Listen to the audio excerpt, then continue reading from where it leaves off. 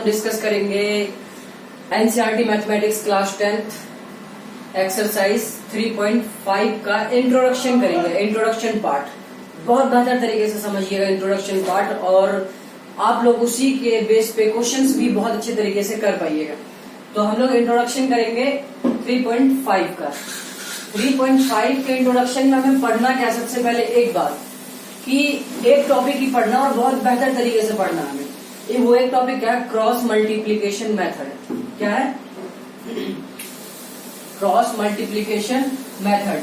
इससे एक बात तो साबित हो चुकी है कि ये भी एक क्या है, मेथड है, ये भी एक तरीका है। किस चीज का तरीका? Pair of linear equation in two variable के सॉल्यूशन फाइंड करने का एक तरीका है। तो मैं थोड़ा सा आप लोगों को रिकॉल कराता हूं पहले, तो आप लोग और अच्छे से ज्वाइन कर पाइएगा चीजों को, रिलेट कर पाइएगा चीजों को। हमने pair of linear equation in two variable के सॉल्यूशन को फाइंड करने के लिए सबसे पहला तरीका हमने देखा graphically method. Graphically method, graph से हम कैसे pair of linear equation in two variable के सॉल्यूशंस बता पाए, वो देखा हमने। उसके बाद अलजेब्रिक मेथड में पहला हमने देखा सब्स्टिट्यूशन मेथड।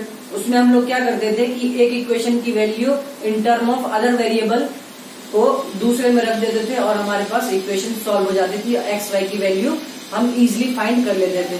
दूसरा हमने देखा इलिमिनेशन मेथड। इलिमिनेशन मेथड में हमने एक बहुत अच्छा तरीका तैयार किया, बहुत अच्छा कॉन्सेप्ट तैयार किया कि दोनों इक्वेशन में, और टाइप वाइज इंट्रोडक्शन में हमने किया है कि इंट्रोडक्शन में हमने टाइप वाइज चीजों को रखा है और उसे समझा है। और ये लास्ट अलजेब्रिक, ये भी क्या है, अलजेब्रिक मेथड है, क्रॉस मल्टीप्लीकेशन मेथड अलजेब्रिक है ये भी। और ये किस चीज में काम आएगा, ये भी हमें pair of linear equation in two variable के सॉल्यूशन को ही फाइंड करने में काम आएगा। कुछ और करने वाले हैं नहीं इसमें, ये भी सॉल्यूशन फाइंड करने के ही काम आएगा। जस्ट एक तरीका, एक मेथड है। ये रास्ते, ये तीन रास्तों से हम एक मंजिल पे जाएंगे, एक ही मंजिल पे, लेकिन तीन रास्तों से, और तीनों रास्तों का मंजिल क्या है, एक ही है। ठीक है, उसमें से एक क्रॉस मल्टीप्लीकेशन मेथड है। तो क्रॉस मल्टीप्लीकेशन मेथड की बात अगर मैं कहूं तो ये कुछ नहीं है, मैं आपको बताता हूं। मैं आपको इस तरीके से चीजों को बता दूंगा कि आप चीजों को बहुत इजीली समझ लीजिएगा। क्रॉस मल्टीप्लीकेशन इलिमिनेशन मेथड का ही एक पार्ट है, एक स्टेप है। क्या बोला मैंने? कि cross multiplication method elimination method का ही एक स्टेप है, जिसका नाम दिया गया क्रॉस मल्टीप्लीकेशन मेथड। वो मैं आप लोगों को दिखाऊंगा अभी कि कैसे। ठीक है, तो सबसे पहले तो ये आप लोग जान गए होंगे कि इसका इस्तेमाल क्या, एक्स वाई की वैल्यू निकालने में ही हमें इस्तेमाल करनी पड़ेगी pair of linear equation in two variable के लिए। ठीक है, तो सबसे पहले हम लोग लेट कर लेते हैं। हमारे पास दो pair of linear equation in two variable में कुछ ऐसा होगा, a1x plus b1y plus c1 equal to 0, a2x plus b2y plus c2 equal to 0। तो हमने pair of linear equation in two variable इस फॉर्म में लिख लिया। कोई भी प्रॉब्लम हमें नहीं है इस बात को लेकर। ठीक है, तो अब हमें क्या करना है, बहुत ध्यान से सुनिएगा। एक्स वाई की वैल्यू निकालिए। चलिए हम लोग इलिमिनेशन मेथड लगाते हैं, बहुत आराम से इलिमिनेशन मेथड लगाते हैं। तो इलिमिनेशन मेथड लगाने के लिए मुझे क्या करना पड़ेगा कि किसी भी एक वेरिएबल के कोफिशिएंट को, किसी भी एक वेरिएबल के कोफिशिएंट को मुझे इक्वल करना पड़ेगा और उसके साइन को अपोजिट करना पड़ेगा। साइन को अगर मुझे अपोजिट करना है तो हम एक काम करते हैं, क्या करते हैं, सब्ट्रैक्ट कर देते हैं। अब कोफिशिएंट को अगर इक्वल करना होगा तो हम कुछ मल्टीप्लाई करते हैं। तो क्या मल्टीप्लाई करेंगे, तो मैं यहाँ से आप लोगों को ये बता देता हूँ कि a1x है, यहाँ पे x का कोफिशिएंट यहाँ a2 है, x का कोफिशिएंट यहाँ a1 है। या तो आप लोग y के कोफिशिएंट को इक्वल कर लो, या तो आप लोग x के कोफिशिएंट को इक्वल कर लो। हम लोग x के कोफिशिएंट को इक्वल करने के लिए क्या करना होगा, हमें x के कोफिशिएंट को इक्वल करने के लिए सेकेंड वाले इक्वेशन में x के कोफिशिएंट से ऊपर मल्टीप्लाई कर दीजिए a2, और ये a2 जैसे ही मैं मल्टीप्लाई करूंगा तो ये x का कोफिशिएंट क्या होगा, यहाँ पे a1 a2। ठीक है, लेकिन यहाँ पे सिर्फ a2 है, तो इसको भी इक्वल करने के लिए a1 से मल्टीप्लाई कर दीजिए। बहुत इजी, कोई दिक्कत नहीं। हमने इंट्रोडक्शन में ही समझा, स्टेप वाइज टाइप वाइज हमने चीजों को देखा। तो मैं यहाँ पे लिख दूं कि multiply by A2 in equation first and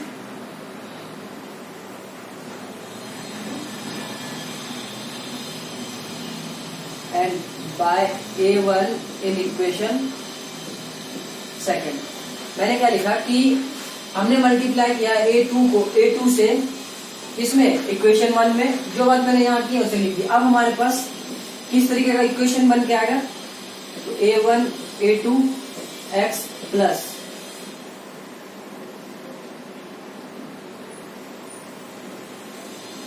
B1 A2 y plus A2 C1 equal to 0। मैंने कोई बड़ा काम नहीं किया यहाँ पे, मैंने सिर्फ इसको अंदर मल्टीप्लाई कर दिया। A2 मल्टीप्लाई B1, तो A2 B1 y plus A2 C1 equal to 0।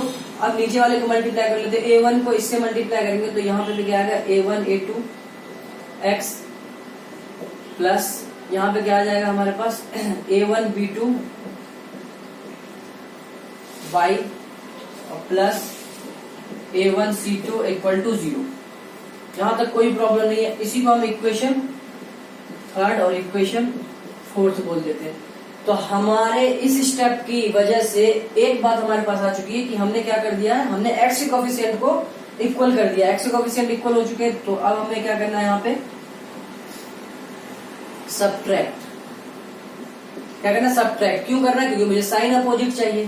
तो ये प्लस है, ये माइनस हो जाएगा, ये प्लस है तो माइनस, ये भी माइनस। तो यहां से ये हो गया कैंसिल।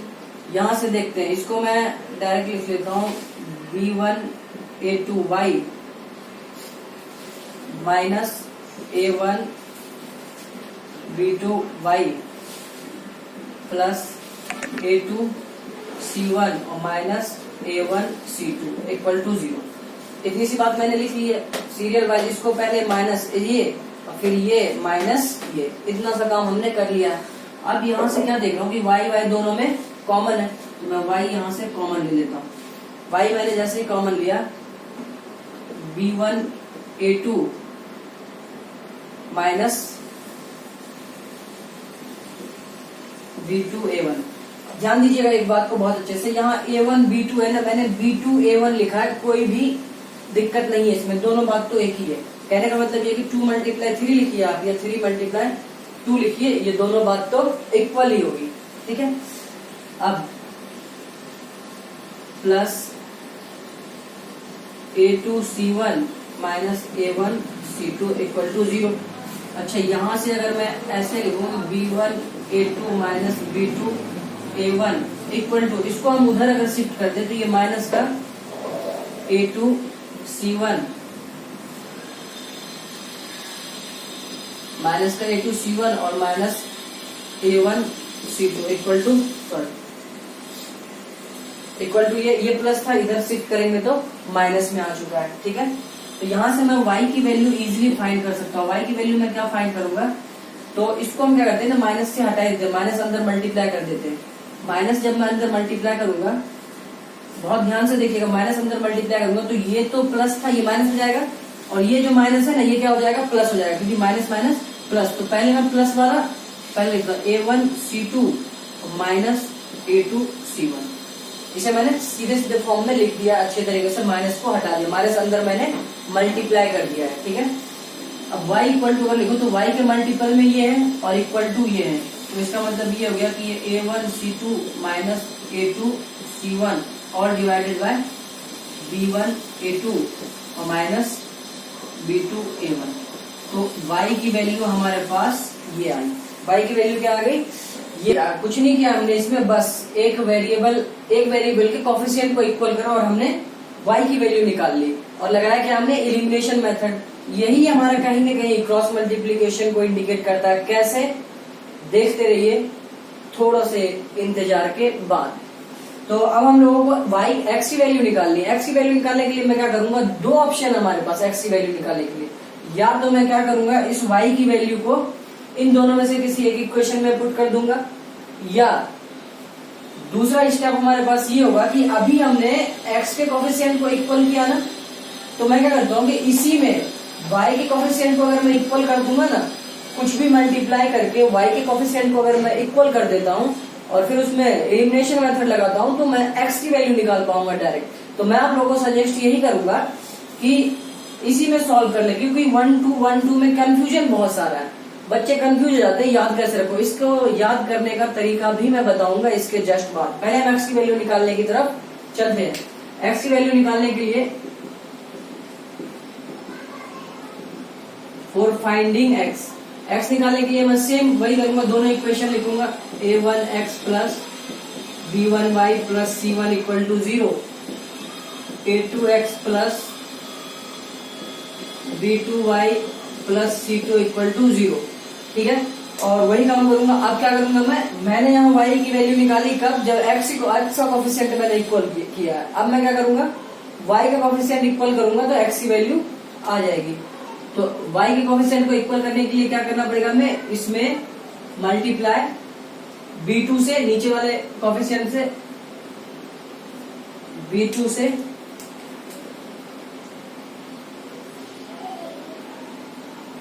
इसमें मल्टीप्लाई b2 से और इसमें मल्टीप्लाई b1 से। तो अब हमारे पास इक्वेशन बन के क्या आएगा, तो पहले हम लिख देते हैं multiply by b2 in equation first and in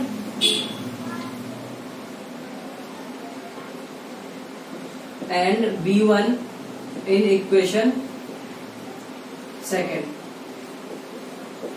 ये जो था फर्स्ट इक्वेशन और सेकंड इक्वेशन यही है। तो हमारे पास जैसे ही मल्टीप्लाई करेंगे तो नया इक्वेशन क्या बन के आएगा, मल्टीप्लाई कर दीजिए इसको, यहाँ पे हमारे पास a1 b2x plus b1 b2y और plus c1 b2 equal to 0, और यहाँ से मल्टीप्लाई कर दीजिए a2 b1x plus b2 b1 y और plus c2 b1 equal to 0। अब कुछ नहीं करना, हमने देख लिया है क्या कि हमारे पास y का कोफिशिएंट इक्वल है। अब हमें क्या करना, सिर्फ साइन को अपोजिट करना। साइन को अपोजिट करने के लिए सबट्रैक्ट, क्या करना है, सबट्रैक्ट। जैसे आप इसको सबट्रैक्ट कीजिएगा तो ये वाला पार्ट हो जाएगा कैंसिल। अब यहाँ से मैं अब डायरेक्ट एक स्टेप लिख रहा हूँ, आप लोग यहाँ से जो मैंने यहाँ पे किया है ना, मैं वही वहां पे कर रहा हूँ। बस डिफरेंस इतना, यहाँ मैं x पे काम कर रहा था, यहाँ मैं y पे काम कर रहा था, वहां x पे करूंगा, ठीक है। तो यहाँ से x कॉमन आ जाएगा, x कॉमन आ गया। अगर x कॉमन आ चुका है तो यहाँ से a1 b2 minus a2 b1 ऐसे मैं लिख सकता हूँ। इन्हीं दोनों में x कॉमन ले लिया तो ये दोनों पार्ट माइनस के साथ मैंने लिख दिया, कोई दिक्कत नहीं। और यहाँ पे plus c1 b2 minus c2 b1 equal to 0। यहाँ तक कहानी बिल्कुल ठीक। x की वैल्यू निकालनी है तो सबसे पहले मुझे इसको सेपरेट कर लेना है, इक्वल टू ये माइनस, ये प्लस है ना, उधर जाएगा तो माइनस का हो जाएगा c1 b2 minus c2 b1।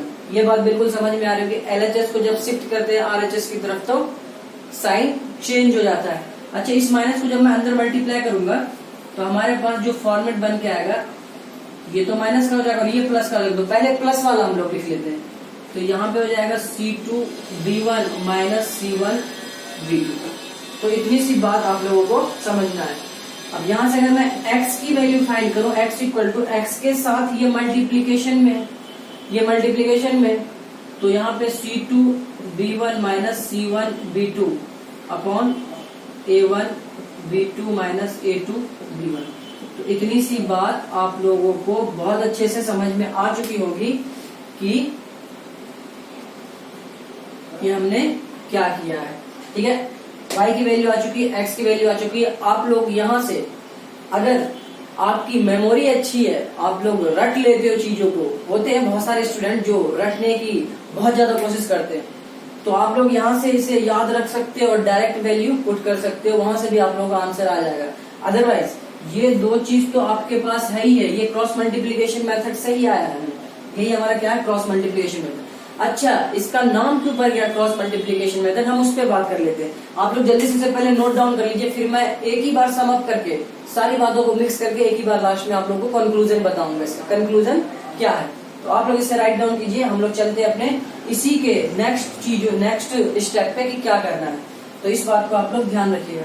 तो हमारे पास x और y की वैल्यू आ चुकी है। अब एक बात बताइए मुझे कि ये x और y की वैल्यू हम निकाल चुके हैं, इसको क्या मैं ऐसे लिख सकता हूँ, यहाँ से क्रॉस मल्टीप्लीकेशन की कहानी शुरू होती है।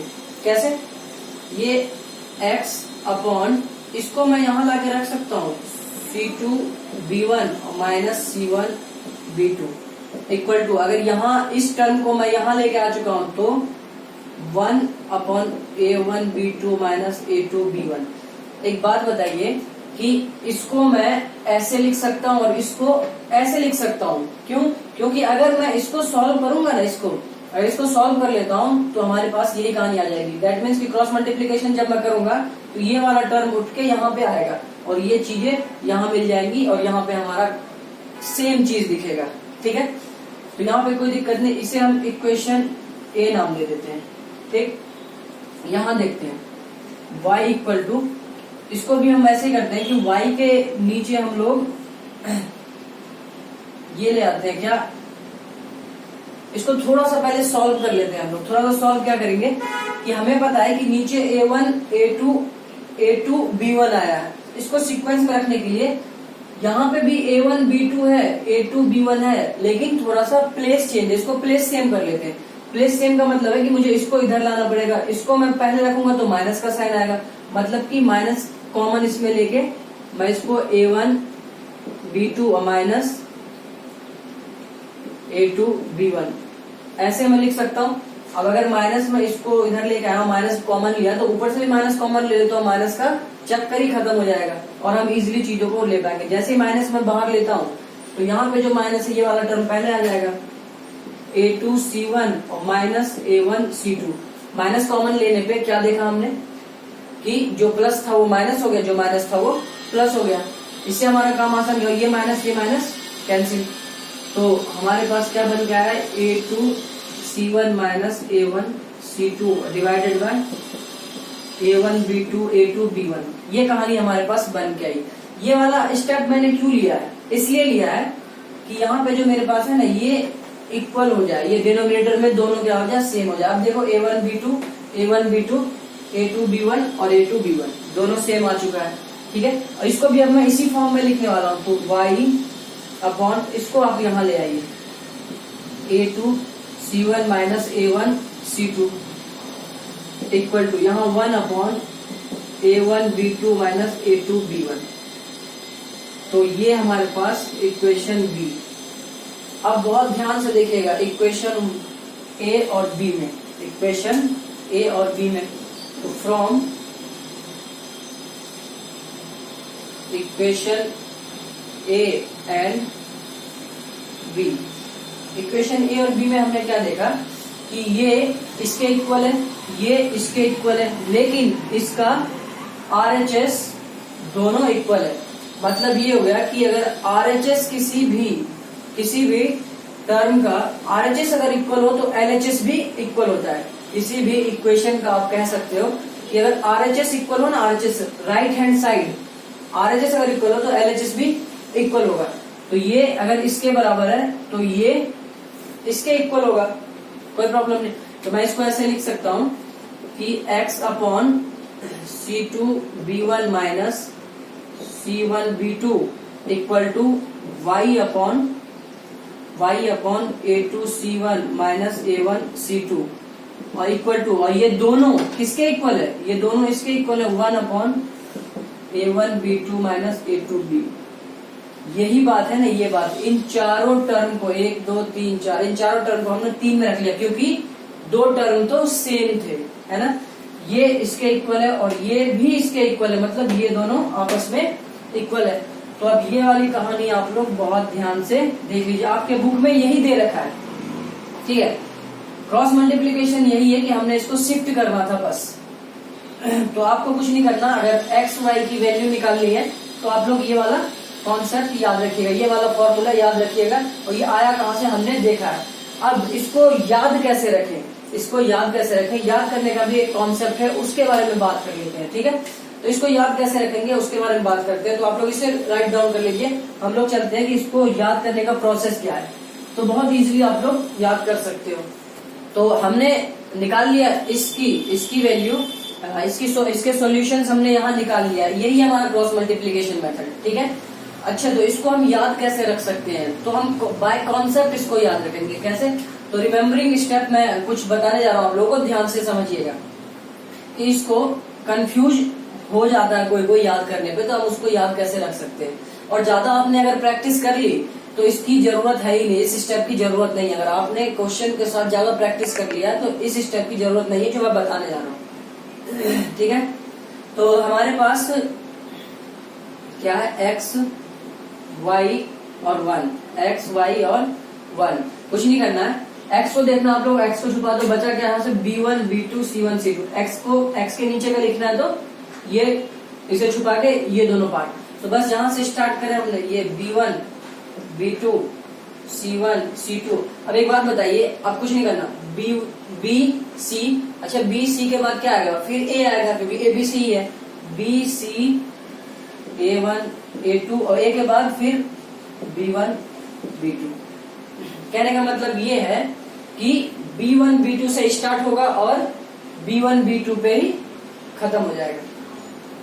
तो ये हमारे पास, अब इसको हम कैसे करेंगे ध्यान से देखिएगा। ये x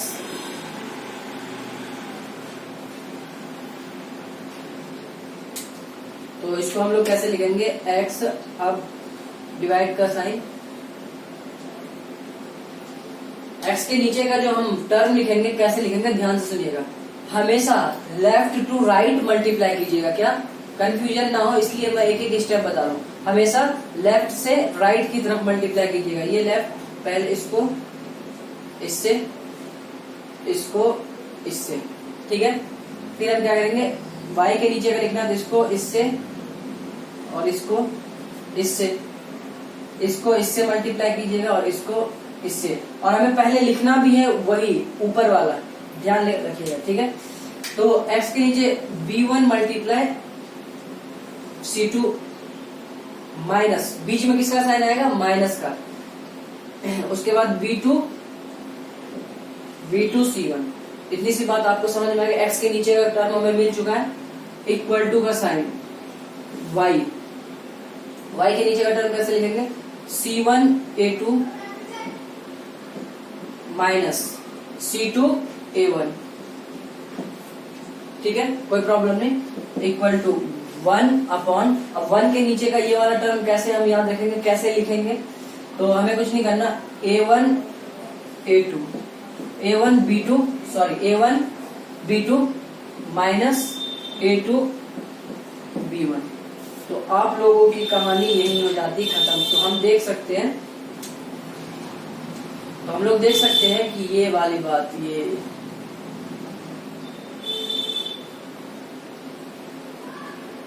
ये वाली बात, ये तो मैंने जो ये वाली बात बताई ना आप लोगों को, मैंने कुछ नहीं बताया, बस इतना सा बता दिया कि इस चीज को हम लोग बाय चांस एग्जाम में भूल जाते हैं, हमें याद नहीं है कि क्या आएगा, कंफर्मेशन लेनी है।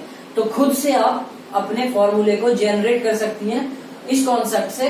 तो यहाँ से आप लोग चीजें आराम से पता कर लेंगे, कोई प्रॉब्लम नहीं। एक्स के नीचे b1 से स्टार्ट करेंगे, b1 पे खत्म। और क्रॉस मल्टीप्लाई कैसे करना, मल्टीप्लाई कैसे करना, left to right, up to down, ठीक है। b1 c2 और b2 c1, ये और बीच में माइनस का साइन, तो ये चीज यही आ जाएगा। तो आप लोगों को कंफर्मेशन भी मिल जाएगी क्वेश्चन में, आप लोग फॉर्मूले को बहुत अच्छे तरीके से देख भी लीजिएगा, ठीक है। तो इतनी सी बात थी क्रॉस मल्टीप्लिकेशन मेथड में। तो मैंने आपको स्टार्टिंग में बताया था कि क्रॉस मल्टीप्लिकेशन कोई अपना एक टॉपिक नहीं है।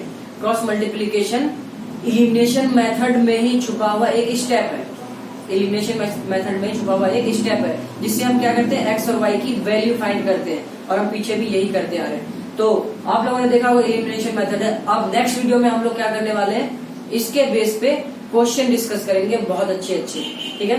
तो तब तक के लिए आप लोग इसको प्रैक्टिस कर लीजिए। और मेन मुद्दा ये है कि इस चीज को हमें ध्यान रखना है, ठीक है, ताकि आप लोग क्वेश्चन में अप्लाई कर सकें। और अगर आप लोगों ने प्रैक्टिस अच्छी कर ली इस कॉन्सेप्ट को लेके, तो आप लोगों को याद रखने की जरूरत ही नहीं है, अपने आप याद रहेगी। ठीक है, तो के लिए अपना ख्याल रखिए। Bye bye, take care.